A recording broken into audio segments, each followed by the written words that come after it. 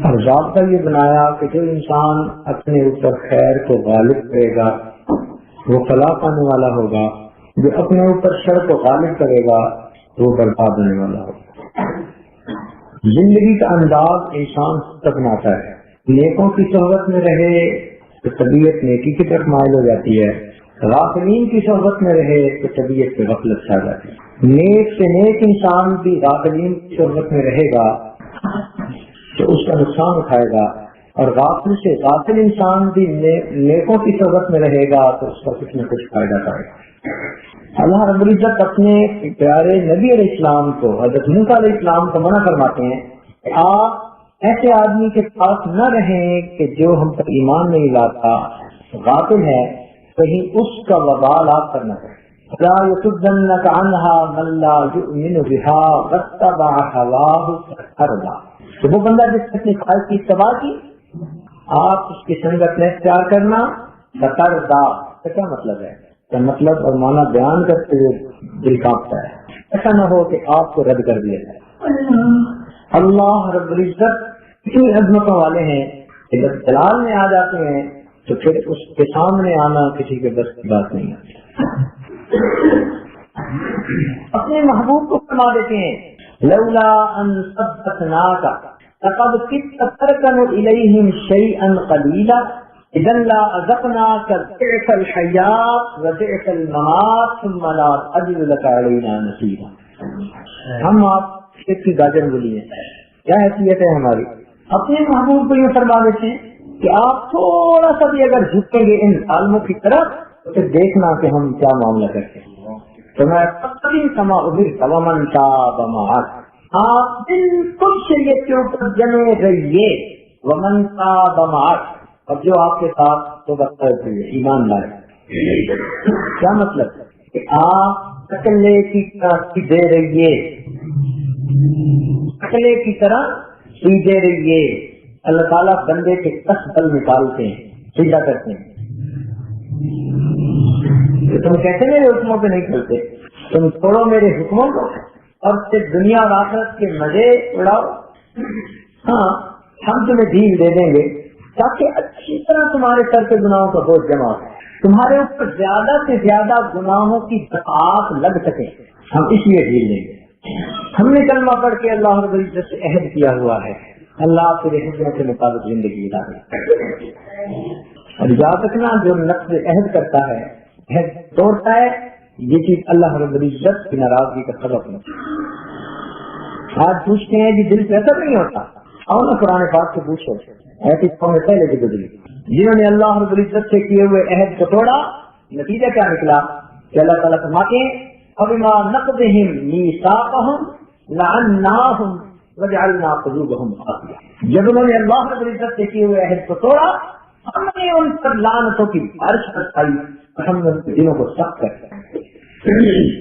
دل سخت ہوتے ہیں جب انسان احکام الہی کو توڑتا ہے، جانتا بھی ہے کہ یہ میرے پروردگار کا حکم معمولی سمجھتا ہے، وقتی مزے کی خاطر اس حکم کو کھلونا بنا لیتا ہے۔ ہم میں سے کس کو نہیں پتا کہ غیبت بری چیز ہے، کبیرہ گناہ ہے، کتنا کبیرہ تو فرمایا الغیبت اشد من الزنا، غیبت زنا سے بھی زیادہ برا عمل اور کام ہے۔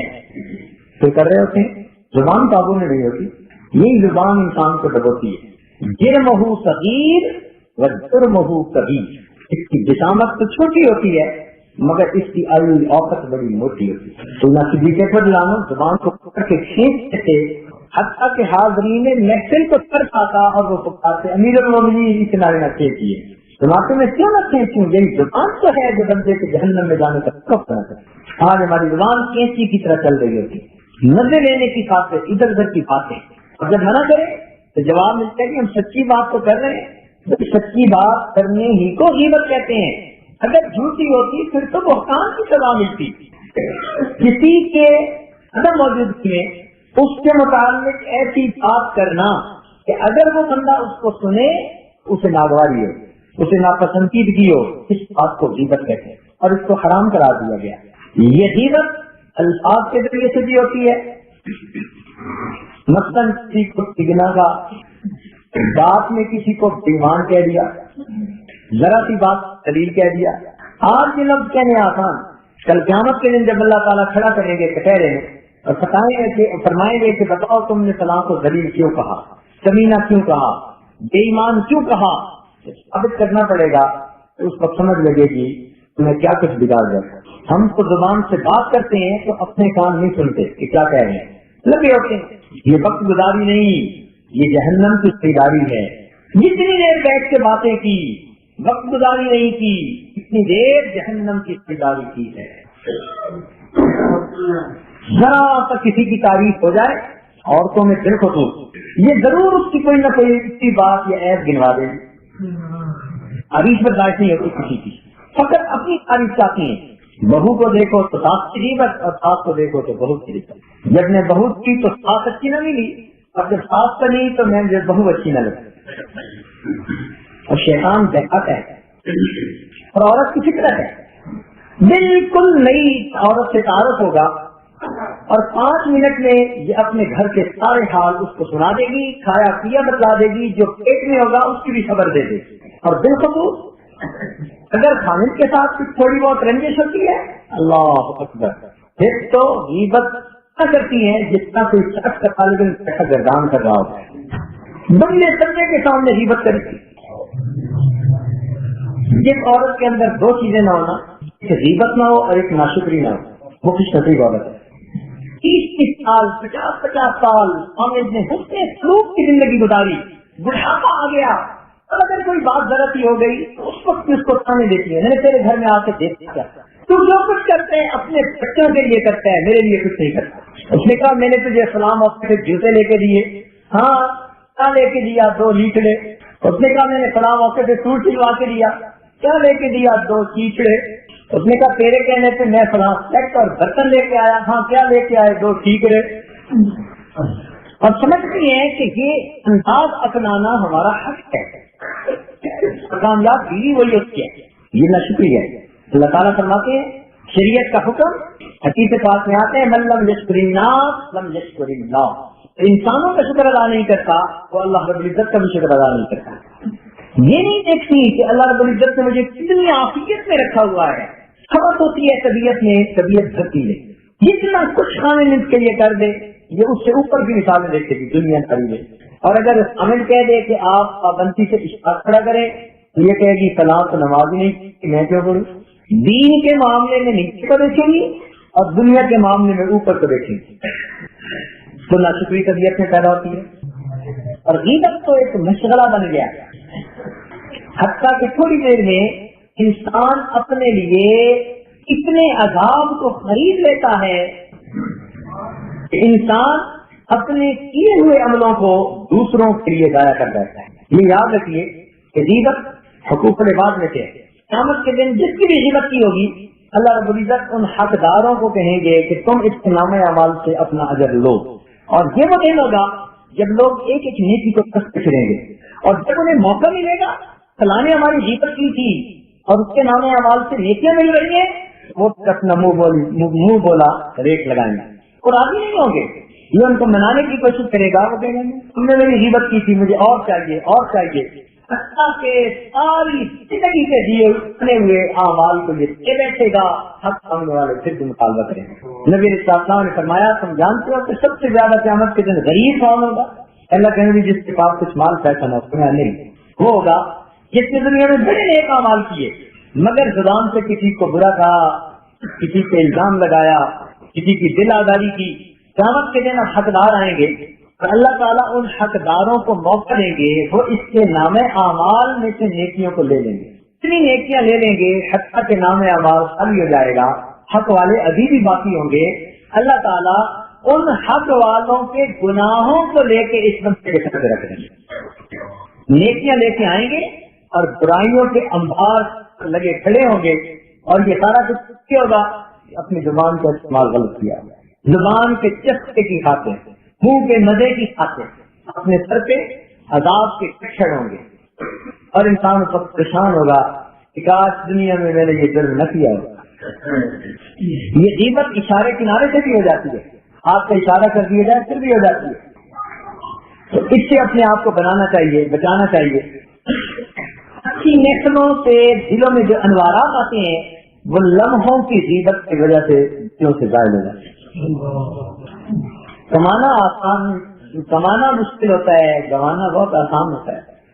تو اول تو عبادات کا ذخیرہ نہیں، اور اوپر سے اگر غیبت کریں گے تو بنے گا کیا؟ اور آج تو اللہ رب العزت کا شکر ادا نہیں کرتے ہیں. ہم میں سے کتنے ہیں جن کی زبان سے بے اختیار نکلے الحمدللہ، اللہ سب تعریفیں آپ کے لیے ہیں، اتنا کچھ آپ نے مجھے دیا کہ میں تو اس قابل نہیں تھا. ہم اللہ تعالیٰ کے شکر گزار بندے بنے، عبادات کریں اور اپنے رب کو منائیں. جہاں چند اساتذہ پڑھاتے ہوں ایک دوسرے کی غیبت، جہاں چند بھائی ہوں اور ان کی بیویاں گھروں میں آ جائیں آپس میں غیبت، پڑوسیوں میں غیبت. یہ ایسی مرض ہے جو دلوں میں جدائیاں کر دیتی ہے. اسی لیے اس کے اوپر بڑی کڑی سزا رکھی گئی کہ یہ دلوں میں فاصلے پیدا کر دیتی ہے. ذرا سی دیر میں کسی کو دو باتیں ایسی کر دو کہ دوسرے کے بارے میں ہمیشہ کے لیے اس کو گمان کر دو، دل ایک دوسرے سے دور کر دو. وَيَقْطَعُونَ مَا أَمَرَ اللَّهُ بِهِ أَن يُوصَلَ، کاٹتے ہیں ان رشتوں کو جن کو جوڑنے کا اللہ نے حکم دیا. وَيُفْسِدُونَ فِي الْأَرْضِ، اور زمین میں فساد بچاتے ہیں. اس لیے قرآن پاک میں دو لفظ استعمال فرمائے، وَيْلٌ لِكُلِّ هُمَزَةٍ لُمَزَةٍ. ہمزہ اور لومزہ، یہ دو لفظ دونوں کو یاد رکھیے. ایسا تو نہیں کہ کہیں ہم میں بھی یہ دونوں جو ہے وہ برائیاں موجود ہو.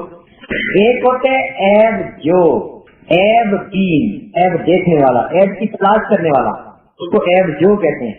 اور ایک ہوتا ہے عیب گو، عیب کے متعلق باتیں کرنے والا. یہ دو علیحدہ علیحدہ بیماریاں ہیں، گناہ ہیں. عیب جو ہونا اور عیب گو ہونا. اور بعض لوگوں میں یہ دونوں بیماریاں ہوتی ہیں، وہ عیب جو بھی ہوتے ہیں، عیب گو بھی ہوتے ہیں.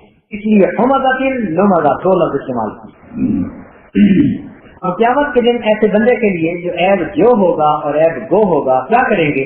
اللہ تعالیٰ جہنم کے اندر ایک خاص جگہ بنائیں گے جس کو حاویہ کہیں گے، اور اس کے اندر آگ کے ستون ہوں گے.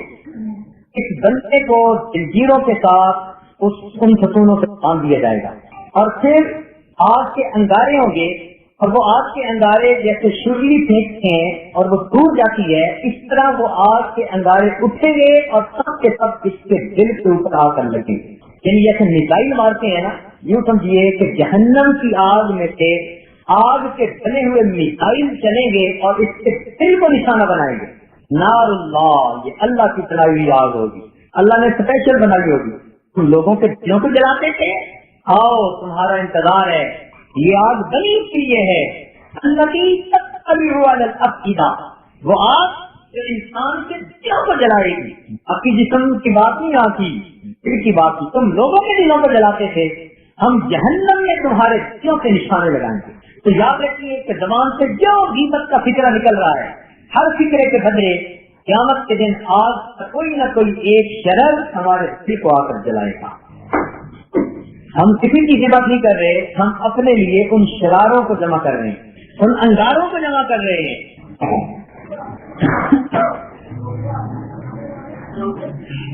تو آج غیبت کرنی آسان، کل اس کا عذاب برداشت کرنا مشکل تھا. آج تو صوفے سیٹ پہ بیٹھ کے چائے پیتے ہوئے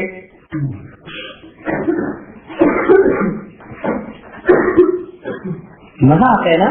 کمنٹ کسی کے بارے میں دینا، مثلاً خامن نے کہا نماز پڑھا کرو تو آگے سے جواب دیا آپ کی بہن تو پڑھتی نہیں. اور یہ جو آپ کی بہن پڑھتی نہیں کہا، یہ کیوں کہا؟ اور کئی لوگ تو بیٹھے ہوئے حکومت کی جماعت اور دوسری جماعت کے تذکرے چھیڑ دیں گے، فلاں شریف نے یہ کہا، فلاں نے یہ کہا. اتنی غیبت کریں گے، اتنی غیبت کریں گے کہ پتہ نہیں کتنے بڑے گٹھڑ اپنے سر پہ اٹھائیں گے. واسطہ نہ تعلق، نہ تم حکومت میں نہ تم اس کے مخالف میں. ارے اپنے گھر کی دال روٹی بنانے والی عورت، تو بیٹھ کے جو ایسی بڑی بڑی باتیں کر رہی ہے، فلاں نے یہ کر دیا، فلاں نے یہ کر دیا، تو کس جواب بھی دینا ہے. اور ایک دن اللہ رب العزت اس کا بدلہ دلوائیں گے. جب پروردگار بدلہ دلوائیں گے تو بنے گا کیا؟ اس لیے فرمایا کہ غیبت کرنے کی مثال ایسے جیسے کہ انسان کسی مردار کا گوشت کھا رہا. مدینہ میں دو عورتوں نے روزہ رکھا، ایک دوسرے کی باتیں کرتی رہی. بہت روزہ لگا.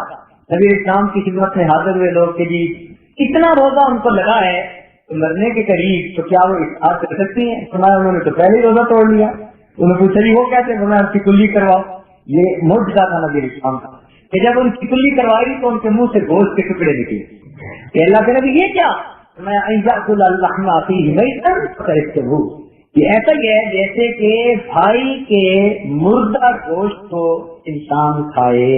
مردار کا گوشت کھانا آسان ہے.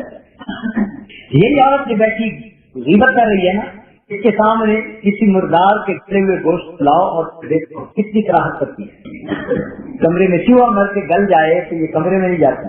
دلی میں گدا مرا پڑا ہو تو ادھر سے گزرتی نہیں کہ بو آتی ہے. اور قیامت کے دن مردار گوشت آئے گی جو بدبوؤں سے بھرا ہوا ہوگا. آج ذائقے دار سالن اچھا نہیں لگتا, قیامت کے دن کیا مردار کا گوشت چبانا پڑے گا, کھائے گی. پھر نظافتیں کدھر جائیں گی؟ ایک کلاس پڑھنے والی طالبات اور ایک کلاس میں پڑھنے والے طلباء ایک دوسرے کی غیبت, جہاں مل کے رہنے کا موقع ملا وہی غیبت. بھائی کیوں کسی تیسرے کے بارے میں زبان سے بات نکالتے ہیں؟ شریعت نے مومن کے اکرام کی خاطر اس کی عزت کو محفوظ رکھا. غیبت کو اس لیے منع کیا کہ تاکہ کوئی بھی دو بندے مل کر بیٹھے تیسرے کے دل میں بدگمانی نہ ہو کہ یہ میرے بارے میں غیبت کر رہے ہیں. پابندی لگا دی, تم دو مل کر اپنی جو بات کرنا چاہتے ہو کرو, تو دوسرے کی بات نہیں کر سکتے. تو بدگمانی کسی میں پیدا ہی نہیں ہوگی کہ وہ بیٹھے ہوئے کیا کر رہے ہیں, جو کر رہے ہوں گے اپنا ہی کچھ کر رہے ہوں گے, میرے بارے میں کچھ نہیں کر سکتے. تو یہ مومن کی تکریم ہے, مومن کا وقار ہے اللہ رب العزت کے ہاں. اس کی عزت کو اللہ رب العزت نے ختم کر دیا. اس کی عزت کی حفاظت ہے. ضرورت ہو تو آدمی جس کے اندر غلطی ہے اس جا کے خود بتا دے کہ یا اپنی غلطی کی اصلاح کرے, مگر اس کی اجازت نہیں کہ دور بیٹھے انسان کمنٹ پاس کرے اور اپنا وقت گزارے. قیامت کا دن انسان کے اوپر بڑا بھاری دن ہوگا, جس دن کے دودھ پلانے والیاں اپنے دودھ پینے والوں کو بھول جائیں گے. یا ایھا الناس اتقوا ربکم ان زلزلۃ الساعۃ شیء عظیم. اللہ تعالیٰ نے اس کو شیء عظیم کہا. اور یاد رکھنا کہ جب کسی کو بڑا کہیں تو وہ چیز بہت بڑی ہوا کرتی ہے. یوم ترونها تذهل كل مرضعة عما ارضعت وتضع كل ذات حمل حملها وترى الناس سكارى وما هم بسكارى ولكن عذاب الله شديد. ایسی وقت قحط ہوگی, حمل والی اپنے حمل کو گرا بیٹھیں گے. انسان ایسے ہوگا جیسے کہ بے ہوشی کے عالم میں ہے, اور وہ بے ہوشی نہیں ہوگی, وہ تن کی وحشت ہوگی کہ رب کے سامنے کھڑا ہونا ہے. آج ذرا سی بات سے انسان کانپنے لگ جاتا ہے. قیامت کا دن تو وہ دن ہوگا جب اللہ تعالیٰ سچوں کو بلائیں گے. سنیے اور دل کے کانوں سے سنیے. جس دن اللہ تعالیٰ سچوں کو بلائیں گے اور سچوں سے بھی ان کی سچائی کے بارے میں پوچھیں گے. قرآن عظیم الشان یوم یسأل الصادقین عن صدقہم, سچوں سے ہم ان کی سچائی کے بارے میں پوچھیں گے. مالک ابن دینار رحمۃ اللہ علیہ ایک دن کھڑے دھوپ میں رو رہے تھے. کسی نے دیکھا تو وہ کہہ رہے تھے کہ اے اللہ, جن کو آپ نے قرآن پاک میں خود سچا کہا پھر فرما رہے ہیں, ہم ان سچوں سے بھی ان کی سچائی کے بارے میں پوچھیں گے. پروردگار پھر ہم جیسے جھوٹوں کا کیا حال؟ جب سچوں کے بھی ان کی سچائی کے بارے میں آپ پوچھیں گے تو پھر ہم جیسے جھوٹوں کا کیا حال؟ اور غیبت کی معافی بھی فقط مصلے پہ بیٹھے نہیں ملتی کہ کوئی مصلے پہ بیٹھ کے توبہ کر لے تو چلو معاف ہوتے ہیں نا. غیبت کا گناہ اس حق والے سے بخشوانا پڑتا ہے, معافی مانگنی پڑتی ہے. ایک مصیبت ہے چلو جی آج ہمیں احساس ہوا ہم توبہ کرتے ہیں, نہیں, جن جن کی غیبت کی ان سے ہمیں معافی مانگ کر دنیا میں بخشوانا پڑے گا, ورنہ قیامت کے دن وہ حقدار ہوں گے. تو ہم نے کہاں جان پھنسائی ہوئی ہے. آج گھر کی عورت جا کے معافی مانگ سکتی ہے نواز شریف سے یا فلاں سے یا فلاں سے, کتنوں کی غیبت ہوتی ہے. اس ایک نام لیا ایسے ہی سمجھانے کی خاطر, اور حقوق و عباد اگر سر کے اوپر ہوں گے تو پھر کیسے قیامت کے دن بخشے جائیں گے. اسی لیے کہا گیا وما ظلمهم اللہ, اللہ نے ان پر ظلم نہیں کیا, ولکن كانوا انفسهم یظلمون, یہ اپنی جانوں پہ خود ظلم کرتے پھرے. اس میں اصول یہ ہے کہ آدمی کسی تیسرے بندے کا تذکرہ ہی کرنا چھوڑ دے. اور اس میں ایک عجیب بات یہ کہ جس طرح غیبت کرنا کبیرہ گناہ, غیبت کا سننا بھی کبیرہ گناہ. اب اگر کرنے والے نہیں تھے تو کئی دفعہ سننے والے بنے گے, پھر کیا ہوا؟ اس سے بچنے کا طریقہ ہے کہ اگر کوئی بندہ ایسی ناپسندیدہ بات کر رہا ہے جو آپ پسند نہیں کرتی تو آپ آرام سے کہہ دیجئے کہ یہ بات تو ٹھیک نہیں، اور اگر محسوس کرتی ہیں کہ ایسا کہیں گے تو الٹا یہ بھی ناراض ہو جائے گی، تو پھر علماء نے طریقہ لکھا کہ جس کی غیبت کی جا رہی ہے آپ اس کے بارے میں کوئی اچھی بات کر دیں. اگر آپ نے کوئی اچھی بات اس کے بارے میں کر دی آپ غیبت کرنے والوں میں شامل نہیں ہیں، کیونکہ آپ نے تردید کر دی دل پھیر اس کی. مثلاً کسی کی بڑی غیبت کی گئی اور دل آپ کا کہہ رہا ہے کہ باتیں تو یہ سچی کر رہی ہے، آپ جواب میں کہہ دیں ہے تو بڑی صحیح، کوئی خوبی بیان کر دیں ہے تو بڑی سمجھدار، تو آپ نے تعریف کی جملہ کہہ دیا، آپ سننے والوں میں شامل نہیں. ایک گھنٹے کی غیبت ایک فکرے کے ساتھ ختم، آپ سے بوال نہیں. آپ دیا تو ہے تو بڑا سمجھدار، ہے تو بڑا پڑھا لکھا، ویسے تو ہم نے تو دیکھا بہت نمازیں پڑھتا ہے، بہت اچھا ہے، ملنسار ہے. کوئی نہ کوئی اس کی ایک کو بھی ایسی بیان کر دیں تو اس خوبی کے بیان کرنے سے آپ غیبت سننے والوں میں شامل نہیں کی جائے. ایک یہ بھی صورت ہے غیبت سے بچنے کی کہ اگر کسی نے کسی کے بارے میں بہت کچھ کہا، آپ کہہ دیں جی اس کا خیال تو اللہ بہتر جانتا ہے، ویسے ہماری نظر میں تو اچھا نہیں ہے، ہماری نظر میں تو اچھا نہیں. اچھا آپ کا تجربہ یہ ہے، میرا تجربہ تو یہ ہے کہ میرے پاس تو بہت اچھے ہیں. کوئی نہ کوئی ایسی بات کر دیں کہ جس سے اس کی رد ہو جائے اور اس رد کی وجہ سے آپ غیبت سننے والوں میں شامل ہیں. اور غیبت کرنے سے تو اس طرح ڈریں جس طرح کوئی آدمی کسی شیر کے قریب جانے سے ڈرتا ہے. کیوں ڈرتا ہے؟ پتہ ہے کہ یہ میرے گلے پڑ جائے گا. اسی طرح جس بندے کی غیبت کی جا رہی ہے یہ بندہ قیامت کے دن گلے پڑ جائے گا، مسلط کر دیا جائے گا نیکیوں پر، اور جب تک وہ مطمئن نہیں ہوگا اس کا حق باقی رہے گا. اور یہ ہمارے سلف صالحین کے اخلاق رہے کہ وہ غیبت سے بہت دور رہتے تھے. ایک لفظ زبان پہ ایسا نہیں لاتے تھے جو کسی کے لیے بھی ناگواری کا تھا، ایک لفظ بھی ایسا نہیں لاتے. حتیٰ کہ اگر کسی بندے کو کہنا ہوتا اور وہ موٹا ہوتا اس کی پیچھے اس کو موٹا بھی نہیں کہتے تھے کہ کئی لوگ موٹا کہنے سے بھی ناراض ہوتے ہیں. موٹا بھی نہیں کہتے کسی کو، کیا کہتے ہیں؟ اس کی بات کرتے ہوئے کہتے ہیں وہ صحت مند آدمی ہے، اس لیے کہ صحت مند کا لفظ صحت مند خوش ہوتا ہے. اتنی احتیاط شنید میں کہ موٹے آدمی کو بات کرتے ہوئے موٹا بھی نہیں کہتے کہ برا نہ بنائے، اس کو صحت مند کہتے ہیں. اور اگر آپ بات کرتے ہوئے کوئی ایسی بات کر گئی جو کسی کی غیبت ہے اور احساس ہوا اسی وقت اس کی کوئی ایسی بات کہہ دیں، گویا اپنی بات کی خود نفی کر دیں، آپ بھی بچ جائیں گے. اور اگر ایسے لوگوں کی غیبت کی جو دنیا سے چلے گئے تو پھر کیا ہوا؟ علماء نے اس کا بھی حل لکھا، فرمایا کہ ان کے لیے ایک تو دعائیں کرو ان کی بخشش کی، مغفرت کی، اور دوسرا ان کی طرف سے کچھ مال کچھ ایسا اللہ تعالیٰ کے راستے میں خرچ کرو، اور دل میں یہ نیت کرو کہ اللہ اس صدقہ کا ثواب اتنا عطا فرما دینا اپنی رحمت اور اپنے فضل کے ساتھ، قیامت کے دن جتنا حق مانگنے والے ہوں گے ان سب کے لیے یہ ثواب کافی ہو جائے. تو کچھ نہ کچھ اللہ تعالیٰ کے راستے میں بھی خرچ کریں، مسجد میں، مدرسے میں، نیک غرباء میں، اور اس نیت سے کریں کہ اس کا ثواب اللہ تعالیٰ قیامت کے دن حق والوں کو دلوائے جن کے کہ میں نے حقوق دینے. اور آئندہ کے لیے غیبت سے سچی توبہ، کہ اگر جن کی غیبت ہو چکی اور اب پہنچ ہو ہی نہیں سکتی تو پھر اس کا یہی طریقہ ہے. مثلا ایک مرد نے عورت کی غیبت کی، ہمسائے کی، اب اس سے معافی بھی نہیں مانگ سکتا. عورت نے مرد کی غیبت کی، وہ اس سے معافی بھی نہیں مانگ سکتی. یا وہ آدمی فوت ہو گیا یا دور چلا گیا، یا اگر معافی نہیں مانگنا چاہیں تو ہم اب اس کو تلاش بھی نہیں کر سکتے. تو ان سب کا یہی ایک ہی طریقہ، ایسے اہل حقوق کے لیے آپ دعائیں مانگیں. نمبر 1، اللہ ان کے درجات کو بڑھائے تاکہ آپ کی دعاؤں کی وجہ سے اگر اللہ اس کے درجات کو بڑھائیں گے تو قیامت کے دن وہ آپ کو اپنے حقوق معاف کر دیں. اور دوسرا یہ کہ ان کی طرف سے نیکی کریں، اچھا خرچ کریں، نیکی کا کام کریں تاکہ ان کو قیامت کے دن اللہ رب العزت اپنی رحمت سے اس کا اجر دے دیں اور آپ کی جان چھوٹ جائے. اور غیبت کی معافی مانگنے کا بھی ایک طریقہ ہوتا ہے. مثال کے طور پر آپ نے کسی کی غیبت کی، مثلاً بھائی نے بھائی کی غیبت کی مثال کے طور پر، اب اگر یہ جا کر کہے گا جی میں نے آپ کی غیبت کی، پہلے سے زیادہ کام خراب ہو جائے گا کہ پہلے تو چلو بول چال کی، اب سب چیز ملی. تو یوں نہیں کہنا ہوتا کہ جی میں نے آپ کی غیبت نہیں، بلکہ جائیں محبت پیار کا تعلق اور معافی یوں مانگے کہ جی انسان ہے، ایک دوسرے کے اوپر حقوق آتے ہیں تو اگر آپ کے میرے اوپر کوئی حقوق آتے ہیں تو آپ معاف کر دیں. بس یوں پیار والی بات ہوتا ہے. یہ انسان ہے, ایک دوسرے کے اوپر حقوق ہوتے ہیں, تو اگر آپ کے میرے اوپر حقوق آتے ہیں تو آپ معاف فرما دیں, اور اگر میرے آپ کے اوپر آتے ہیں تو میں نے آپ کو معاف کر دیا. تو یہ ایک دوسرے سے ان الفاظ میں معافی مانگنے, اگر اس نے کہہ دیا میں نے معاف کیا تو سمجھ لیں کہ بس معاف ہو گیا.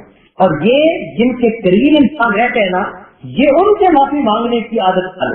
عام طور پر غیبت ہونے کی زیادہ ہوتی ہے, تو الفاظ اسی طرح کے استعمال کر لیے جائیں کہ اگر آپ کا کوئی حق آتا ہو میرے اوپر تو آپ مجھے اللہ کے لیے معاف کرتے ہیں. آج معافی مانگنی آسان, کل قیامت کے دن اس کے اجر اور بدلہ دینا بڑا مشکل کام. اور اسی وجہ سے انسان رکا رہتا ہے. جنید بغدادی رحمۃ اللہ علیہ کی خدمت میں حضرت شبلی رحمۃ اللہ علیہ پہنچے تو انہوں نے 2 سال تو ان سے غور مجاہدہ کروایا. 2 سال کے بعد پوچھا کرتے کیا تھے کہ میں نہاون کے علاقے کا گورنر تھا. اچھا, تم نے کئی لوگوں کے حقوق ضائع کیے ہوں گے, کسی کو ناجائز سزا دی ہوگی, کسی کا دل دکھایا ہوگا. جی میں بیٹھ کے لسٹ بناؤں, بیٹھ کے فہرست بناؤ. اس نے کہا حضرت مجھے تو یاد نہیں, میں جاؤ فہرست بناؤ. تو حضرت کی دعا اور توجہ تھی, لہذا انہوں نے بیٹھ کے فہرست بنائی تو کئی دن لگ گئے اور ایک مستقل رجسٹر تیار ہو گیا. اپنی یادداشت میں انہوں نے جس جس بندے کی غیبت کی تھی, جس مال لیا تھا, جس سزا دلوائی تھی, جس کو گالیاں دی تھی, جس کا دل دکھایا تھا, نہاون کے علاقے کے قریب پہنچے. اب ان کو احساس ہوا کہ میں جہاں حاکم بن کر رہا اب میں وہاں کے لوگوں سے معافی مانگنے جا رہا ہوں. جیسے شہر میں داخل ہوئے چند نوجوان کھڑے تھے, انہوں نے دیکھ لیا, کہنے لگے اور یہ وہی مینٹل کیس ہے, بادشاہ تھا اور اس نے چھوڑ دی بادشاہ کو. تو ایک نے پکڑا, دوسرے نے بال کھینچے, تیسرے نے کپڑے. انہوں نے وہ گت بنائی الامان والحفیظ. جب جان چھوٹی اور پہلے کے پاس گئے, کسی نے معاف کر دیا, کسی نے اپنے دل کی بھڑاس نکالی تو مار پیٹ کر لی, کسی نے کہا اچھا میں تب معاف کروں گا, دھوپ میں کھڑے رہو اتنی دیر, دھوپ میں کھڑے رہے. کسی نے کہا جی میرے گھر کی دیوار تعمیر ہو رہی ہے, تم مزدوروں کے ساتھ مزدوری کرو اتنے دن, تب معاف کروں گا. 3 سال لگے ان لوگوں سے ان کے حقوق کی معافی مانگنے میں. 3 سال لگے. جو فوت ہو گئے تھے جو ان کے ورثاء تھے ان سے معافی مانگنا. 3 سال میں کوئی بندہ ایسا نہ تھا ان کے ذہن میں جس کا انہوں نے حق دینا ہو. اس کے بعد آئے حضرت جنید بغدادی رحمۃ اللہ علیہ کے ساتھ, تو چند دنوں کی توجہات نے ان کو شبلی رحمۃ اللہ علیہ بنا دیا. اگر آپ چاہتے ہیں کہ ہمیں بھی یہ نعمت ملے تو بیٹھیں اور اس کی فہرستیں بنائیں. 1 دن لگے, 2 دن لگے, جتنے دن لگے, سوچیں میں نے کس کس کی غیبتیں کی, کس کس کے حقوق کو کمال کیے, کس کا دینا ہے, کس کا میرے سر پہ ہے, ساری تفصیل لکھیں اور اس سے معافی مانگیں. جب اس سے ہم جان چھڑا لیں گے تو پھر دیکھیے اللہ رب العزت طرف ہم سے دوڑے ہوئے جائیں گے. یہ پاؤں کی زنجیریں ہیں, یہ جانے نہیں دیتی, یہ حقوق و لباس جو ہیں پھنسے ہوتے ہیں. حقوق و لباس کا کتنا اثر ہوتا ہے. ابراہیم اعظم رحمۃ اللہ علیہ سردیوں کی لگات مسجد میں آئے, نسلیں پڑھ پڑھ کے تھک گئے, بستر نہیں تھا, سب بچھی ہوئی تھی, تو سب کے کنارے پہ سوئے اور لپٹنا شروع کر دیا اور اپنے سب کو لپیٹ لیا. تو سب کے اندر لپٹے پڑے ہیں. کیا دیکھتے ہیں کہ اسی حال میں کمرے کے اندر ایک روشنی ہوئی اور بڑے منور چہرے والے لوگ اندر داخل ہوئے اور انہوں نے اپنی محفل لگائی, حلقہ لگایا. جب کچھ آپس میں بات چیت کرنے لگے تو ان میں سے ایک نے کہا کہ یہاں ہمیں کوئی غیر بھی نظر آتا ہے. تو جو ان کا امیر تھا وہ کہنے لگا ہاں یہ اعظم کا بچہ پڑا ہے اور یہ بھی ولی بننا چاہتا ہے. اور یہ کیسے ولی بن سکتا ہے جب کہ اس نے سلام بندے کی کھجور کو بغیر اجازت سکھایا ہوا ہے. سلام بندے کی کھجور کو بغیر اجازت کے کھایا ہوا ہے, یہ کیسے ولی بن سکتا ہے. یہ کہہ کے چلے گئے. ابراہیم اعظم رحمۃ اللہ علیہ فرماتے ہیں کہ مجھے خیال آیا ہو میں نے کھجوریں خریدی تھی, چلنے لگا, ایک کھجور پاؤں کے قریب گری پڑی تھی, میں نے گمان کر لیا کہ میرے حصے سے گری, حالانکہ وہ تو دکاندار کے حصے سے تھی. اور اس طرح وہ کھجور کھا لینے سے میں کسی کی چیز بغیر اجازت استعمال کرنے کے گناہ کا مرتکب ہو گیا. فرماتے ہیں اگلا دن ہوا, میں نے جا کے اس سے معافی مانگی. جیسے ہی اس کی معافی مانگی اللہ رب العزت نے اسی وقت مجھے ابدال کا رتبہ عطا فرما دیا. ایک کھجور کھانے کی وجہ سے ابدال کا رتبہ ملنے سے رکا ہوا. شکشا فوت ہوئے, کسی نے کہا سنائیے کیا بنا. کہنے لگا میں کیا بتاؤں, ایک کام ایسا جس میں معمولی سمجھتا تھا مگر پروردگار نے اس کے اوپر پکڑ کر لی. ان کا وہ کیا کہنے لگا کہ جب میں گھر میں فارغ ہوتا تھا اپنی ضرورت سے بیت الخلاء سے باہر نکلتا تھا تو اپنے ہاتھ کو دھونے کے لیے مجھے مٹی کی ضرورت ہوتی تھی. اس زمانے میں صابن نہیں ہوتے تھے تو مٹی سے ہاتھ دھو لیتے تھے. تو کہنے لگے کہ میں ہمسائے کی دیوار کے ساتھ اپنا ہاتھ لگا کر مٹی لیتا تھا اور میں نے اسے اجازت دی تھی. مجھ سے کہا گیا کہ تو غیر اجازت ہمسائے کی دیوار سے مٹی کیوں لیتا رہا؟ ہم تمہارے اس ہاتھ کو عذاب دیں گے. اب میرے ہاتھ کو جہنم کی آگ میں ڈالا جاتا ہے جس کی تکلیف پورے جسم میں محسوس کرتا رہتا. ہاتھ کو جلایا جاتا ہے کہ تم ہمسائے کی دیوار کی مٹی غیر اجازت کے کیوں لیتے تھے. فقیہ اللہ سمرقندی رحمۃ اللہ سفر میں نکلے, جتنا ان کا سامان تھا اس سے 4 گنا ان کا سامان ڈھیلے تھے جو مٹی کے بنے ہوئے تھے. تو کسی نے کہا کہ اتنا تو آپ کا سامان نہیں, جتنا مٹی کے ڈھیلے ہیں کیا کریں گے؟ فرمایا طہارت کے لیے جو لینے پڑیں گے.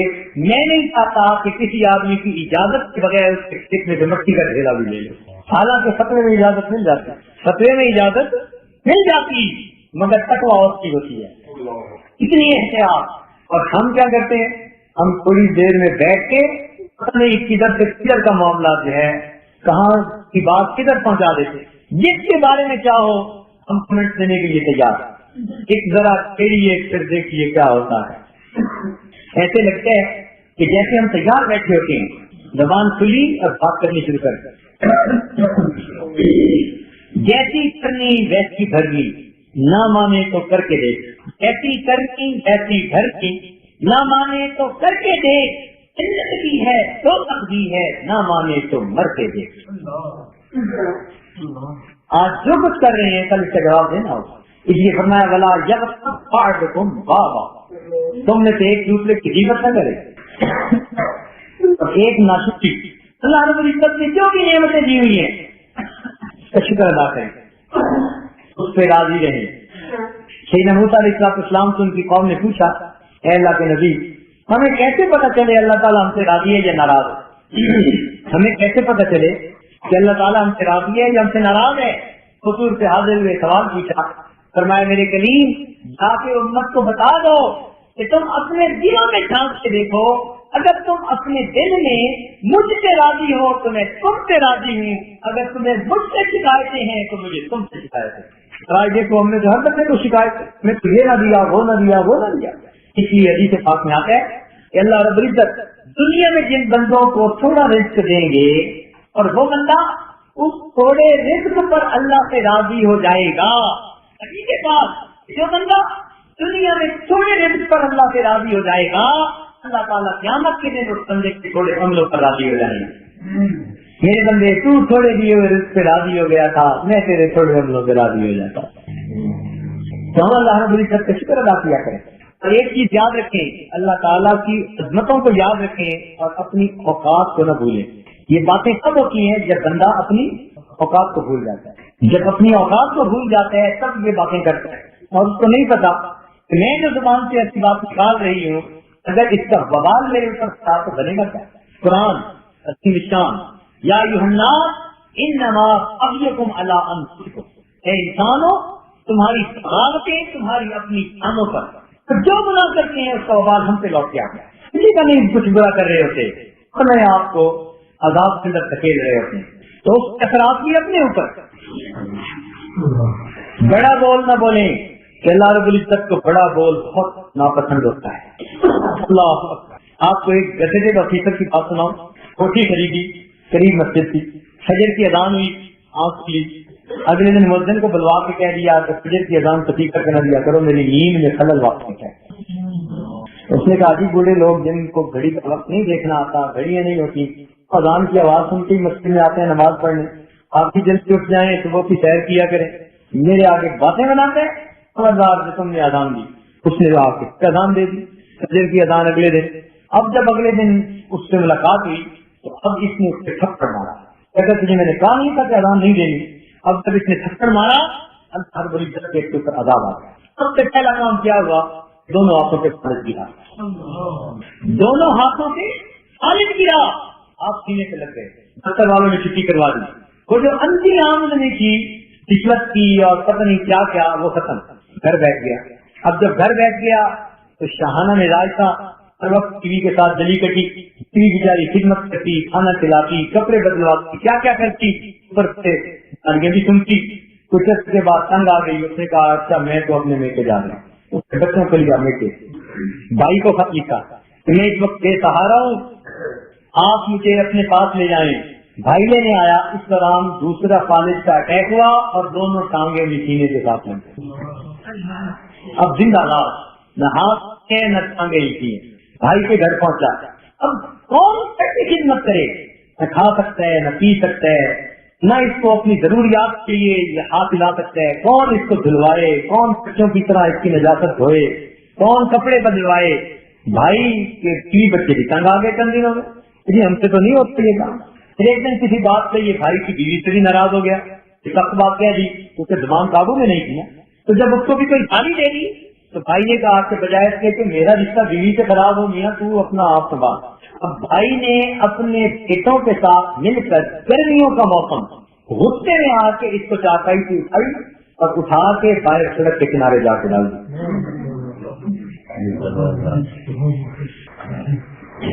اب جب 9-10 بجے اور سورج کی طرف دھوپ ہوئی تو پسینہ آ رہا ہے. اب پیاس لگی، بھوک لگی، کھایا ہوا کچھ نہیں تھا. اب رو رہا ہے کہ کوئی مجھے کھانے کو کچھ دے. اگلے دن کا پاکا تھا. قریب کے آدمی نے گزرتے ہوئے 2 روپے دیے. کہنے لگا نہیں میں 2 روپے نہیں لیتا، مجھے تو روٹی دے، بھوک لگی ہے. تو اس سے آ کے روٹی لائی اور کہنے لگا لے کھا لے. کہنے لگا میرے تو ہاتھ کام ہی نہیں کرتے. نے کہا مجھے اتنا وقت نہیں، میں تو جا رہا ہوں. پھر رو رہا ہے، منت حفاظت کر رہا ہے، مجھے روٹی کھلا دیں. اس نے کہا میرے پاس وقت نہیں. اور سینے پہ لگے ہوئے تھے. اس نے کہا میں جا رہا ہوں. کہنے لگا پھر روٹی مجھے پکا دو. اپنے پاؤں کے انگوٹھے اور انگلی کے درمیان اس نے روٹی کھلی اور اپنے منہ سے اس کو نوچ نوچ کے کھا رہا تھا. جیسے ٹکڑا روٹی کھاتا ہے نا، پاؤں میں پکڑ کے منہ سے نوچتا ہے، یہ 17 گدے کا فکر اپنے پاؤں کے انگوٹھوں میں روٹیاں پکڑ کے اپنے منہ کے ساتھ نوچ کے کھا رہا ہے. ذالک العذاب ولا عذاب الآخرۃ اکبر. یہ انسان اللہ رب العزت کی نعمتوں کی شکر کرتا ہے، پروردگار اس کا یہ شکر کرتا ہے. اپنی اوقات کو بندہ بھول جاتا ہے. زبان چلانی آسان، جواب دینے مشکل کام. پوچھیں گے اس دنیا میں میری نعمتوں کا کیا شکر ادا کرتے رہے. آج وقت ہے ایمانوں میں انسان بننے کا، اپنی اوقات کو یاد کرنے کا. جتنی قیمتیں کی ان کی فہرست بنا کر ان سب سے معافی مانگنے کا. اپنے بوجھ کو آج دور کر لیجئے. ایسا نہ ہو کہ یہ چراغ زندگی کل ہو جائے اور ہم حق والوں کے جھرمٹ میں قیامت کے دن پھنسے پڑے.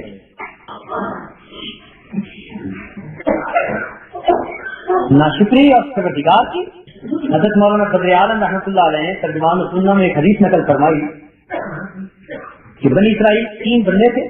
ان میں سے ایک آدمی پس کا مریض تھا، پیٹ داغ سے اس کے چہرے کا. ایک آدمی آیا، اس نے کہا کیا حال ہے؟ کہ آپ دیکھتے ہی ہیں کہ میں بس کا مریض ہوں، میری شکل اتنی خوبصورت ہے کہ کوئی میرے پاس بیٹھنا پسند نہیں کرتا، کوئی سیدھے منہ بات نہیں کرتا، پھر رزق تنگ ہے، پریشان ہوں. سے دعا کر دی. اللہ تعالیٰ نے اس کو ایک اونٹنی دی. اونٹنی کی نسل اتنی بڑی کہ وہ وقت کا امیر آدمی بن گیا اور اس کی برف کی بیماری بھی گئی. خوبصورت جسم، خوبصورت شکل اللہ نے عطا فرمائی. دوسرے کے پاس گیا، اس کے سر پہ بال نہیں تھے، جس کی وجہ سے اس کی شخصیت ایسی تھی کہ لوگ دیکھتے تھے تو مذاق کرتے تھے، اور رزق کی بھی تنگی تھی.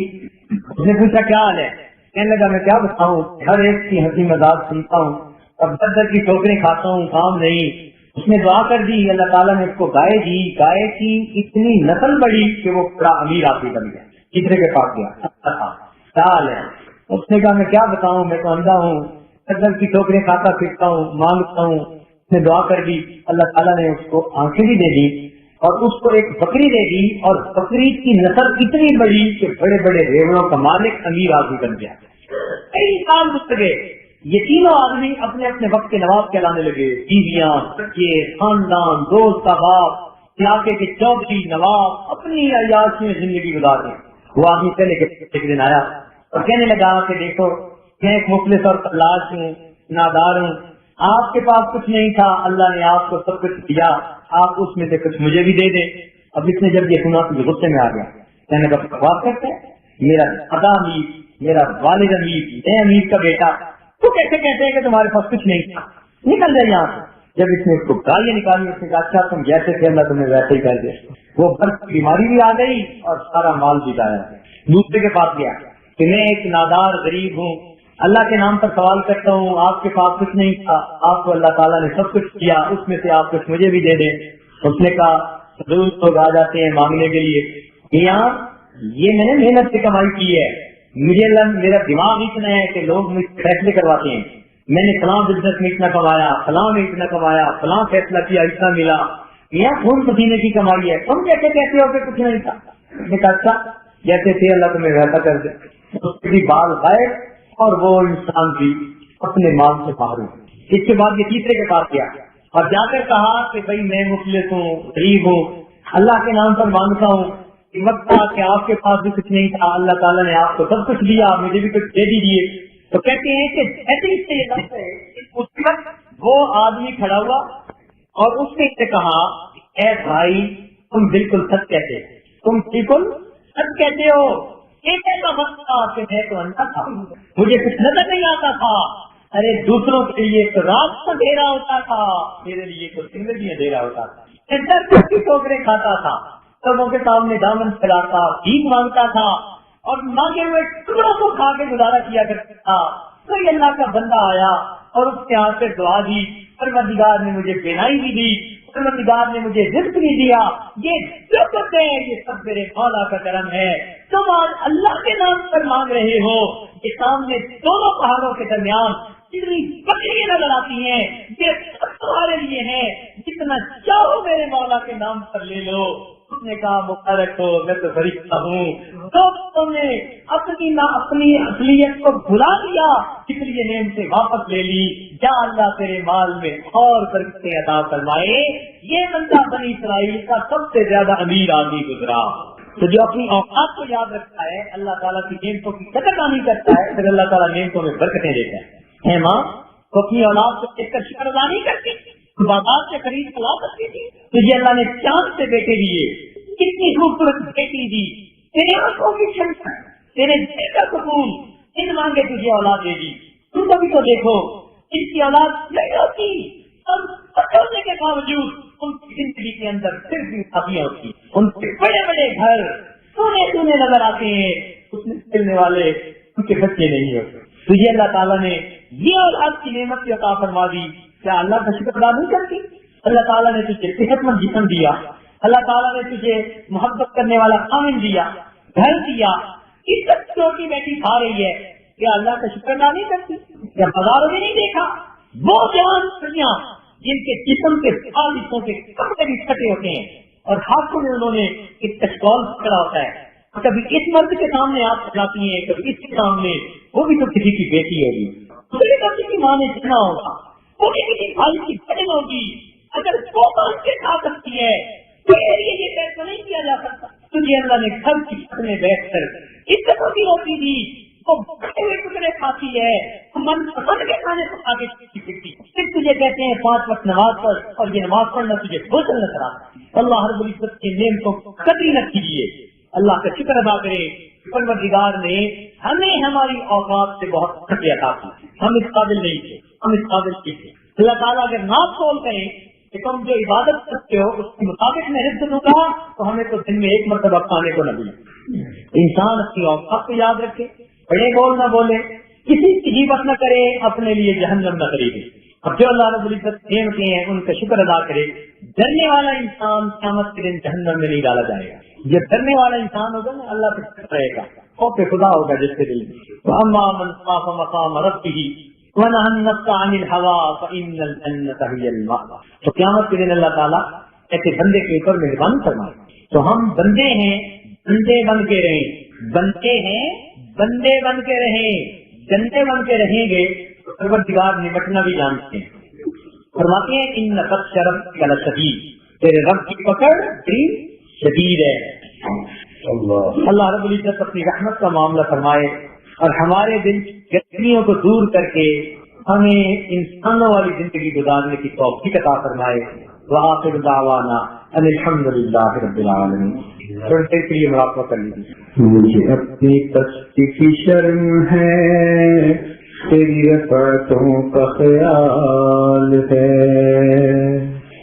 مجھے اپنی پستی کی شرم ہے، تیری رفعتوں کا خیال ہے، مگر اپنے دل کو میں کیا کروں، اسے پھر بھی شوق وصال ہے، الہی مجھ پہ کرم کر بڑے عذاب میں ہوں، الہی مجھ پہ کرم کر بڑے عذاب میں ہوں، کہ تیرے سامنے بیٹھا ہوں اور حجاب میں ہوں، خدایا مجھ پہ کرم کر بڑے عذاب میں ہوں، کہ تیرے سامنے بیٹھا ہوں اور حجاب میں ہوں،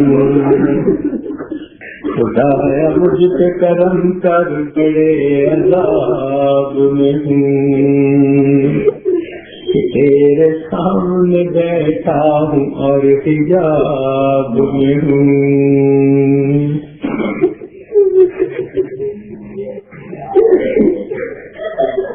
مالی کا کم پانی دینا، بھر بھر مشکاں پاوے، مالک دا کم پھل پھول لانا، لاوے یا نہ لاوے، مالی دا کم پانی دینا، بھر بھر مشکاں پاوے، مالک دا کم پھل پھول لانا، لاوے یا نہ لاوے، عدل کریں کہ کم دے جاویں، اٹھیاں شانہ والے، عدل کریں کہ بخشے جاویں، میں تیری موکالے، یہ دیکھا اپنے عملہ دے ول، کچھ نہیں میرے پلے، یہ دیکھا اپنے عملہ دے ول، کچھ نہیں میرے پلے، یہ دیکھا تیری رحمت دے ول، بلے بلے بلے،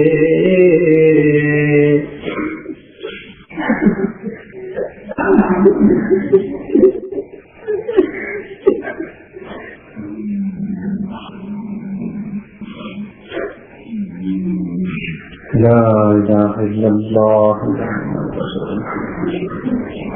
ربنا ظلمنا انفسنا وان لم تغفر لنا وترحمنا لنكونن من الخاسرين ربنا لا تزغ قلوبنا بعد إذ هديتنا وهب لنا من لدنك رحمة إنك أنت الوهاب۔ رب کریم ہمارے گناہوں کو معاف فرما، ہمارے خطاؤں سے درگزر فرما، عیبوں کی پردہ فرما، میرے مولا ہم نے جتنی غلطیاں کی سب معاف فرما، جتنے گناہ کیے سب معاف فرما۔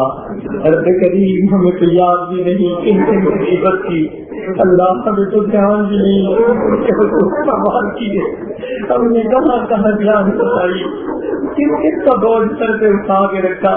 میرے مولا ہم نادان تھے، اللہ ہم نادان نکلے، میرے مولا ہم بے وقوف نکلے، اے اللہ ہم دوسروں کے بوجھ اپنے سر پہ جمع کرتے پھرے، بات نیکیوں کا ذخیرہ تو ہے نہیں، پروردگار قیامت کے دن ہم کیا کسی کو دیں گے، اور اے اللہ ہمیں دنیا میں بھی حق والوں سے بخشوانے کی توفیق عطا فرما، اور اس میں ہمیں کامیابی عطا فرما، اور اے اللہ قیامت کے دن بھی تو ہمارا وکیل بن جا، اللہ قیامت کے دن تو ہمارا کارساز بن جا، اور پروردگار ہمیں معافی عطا فرما، اے اللہ اپنی معافی عطا فرما، اے اللہ جس طرح بچہ کوئی غلطی کر بیٹھے باپ معافی مانگ کی منوار سے دے دیتا ہے اور بچے کو چھڑا لیتا ہے، تو اللہ ہم بھی آپ کے بندے ہیں، غلطیاں کر بیٹھے گناہ کر بیٹھے مولا قیامت کے دن چھڑوا لینا، اللہ دنیا میں بھائی بھائی کو چھڑوا لیتا ہے، دوست دوست کو چھڑوا لیتا ہے، جب قیامت کے دن سب کھڑے ہوں گے، رحمت کا سہارا ہوگا، تیرے فضل پر بات موقوف ہوگی۔ رب کریم ہمیں بچا لینا، میرے مولا ہمیں محفوظ فرما لینا، اللہ قیامت کے دن ہماری عزت رکھ لینا، اور پیار اللہ قیامت کے دن ہمیں قیامت کے دن سرخرو فرما لینا، اور رب کریم بقیہ زندگی کو نیکوکاری پر گزارنے کی توفیق عطا فرما۔ اے اللہ بقیہ زندگی کو غفلت سے محفوظ فرما اور نیکی پہ گزارنے کی توفیق عطا فرما۔ اے اللہ جو حقوق ہمارے اوپر آتے ہیں پروردگار ہمارے ان حقوق کو اے اللہ ہمیں مانگنے کی توفیق عطا فرما، اور آپ ہمارے لیے اس کام کو کرنا آسان فرما، اور جو رہ جائے اللہ اپنی رحمت کے اہل حقوق کو عطا فرما، اور اس سے ہماری جان چھڑا، ہماری گلو خلاصی کروا۔ پروردگار عالم آئندہ توبہ ہماری گناہوں سے غیبت سے محفوظ فرما، شکری سے محفوظ فرما، نہ شکری سے محفوظ فرما، بڑا بول بولنے سے محفوظ فرما، عجب سے محفوظ فرما۔ پروردگار عالم میں صحیح معنوں میں انسان بن کر رہنے کی توفیق عطا فرما، اے اللہ بندہ بن کر زندگی گزارنے کی توفیق عطا فرما۔ رب کریم ہماری دعاؤں کو اپنی رحمت سے قبول فرما۔ اے اللہ یہ آپ کے بندے اور آپ کی بندیاں دور دور سے چل کے آئے ہیں، مولا تیری خاطر سارا دن نیچے چٹائیوں پر بیٹھتے ہیں، اللہ دامن پھیلاتے ہیں۔ رب کریم تو تو بڑا کریم ہے، تو نے ہمیں سب کو ناز و نعمت میں پالا، اللہ اپنے ناز و نعمت والے بندوں کو جہنم کی آگ سے بچا لینا، مولا رحمت کروا دینا، اللہ کرم کروا دینا، ارے مولا کرم کروا دینا، اللہ ہمارے گناہوں کو معاف کروا دینا، قیامت میں ان کی رسوائی کو محفوظ کروا لینا۔ اے اللہ ہم میں سے کوئی بھی اس قابل نہیں اپنے آپ کو آپ کے سامنے پیش کر سکے، ہم سب کا معاملہ آپ کے بدن سے موجود ہے، اللہ ہمارے پاس کوئی عمل نہیں، ہمارے پاس تو آپ بدن کا سہارا ہے، مولا ہم نے آپ کے محبوب سے یہ سن لیا کہ نبی عبادی انی انا الغفور الرحیم، میرے بندوں کو بتا دو میں بڑا ہی غفور اور بڑا ہی نہیں ہوں۔ اللہ جب آپ نے اطلاع دے دی تو پروردگار رحمت کا معاملہ کرنا، گناہوں کو معاف کر دینا، ہمارے ساتھ خیر کا معاملہ کرنا، اے اللہ مہربانی کا معاملہ فرما دینا، اللہ ہمارے گناہوں کو معاف کروا دینا۔ اے اللہ آپ نے خود ہی فرما دیا کہ لا تقنطوا من رحمت اللہ، کہ گناہ اتارو تو اللہ کی رحمت سے مایوس نہ ہونا، ان اللہ یغفر الذنوب جميعا انہ هو الغفور الرحیم۔ مولا جب آپ سمجھنے والے ہیں تو ہمارے گناہوں کو معاف فرما دیجیے گا۔ قریب جو کہا گیا سنا گیا اس کو قبول فرما، اس کے بدلے جتنے سننے والے مرد یا عورتیں ہیں اللہ سب کے گناہوں کو معاف فرما۔ اے اللہ جو مانگا وہ بھی عطا فرما، جو مانگنا چاہیے تو نہیں مانگ سکے وہ بھی عطا فرما۔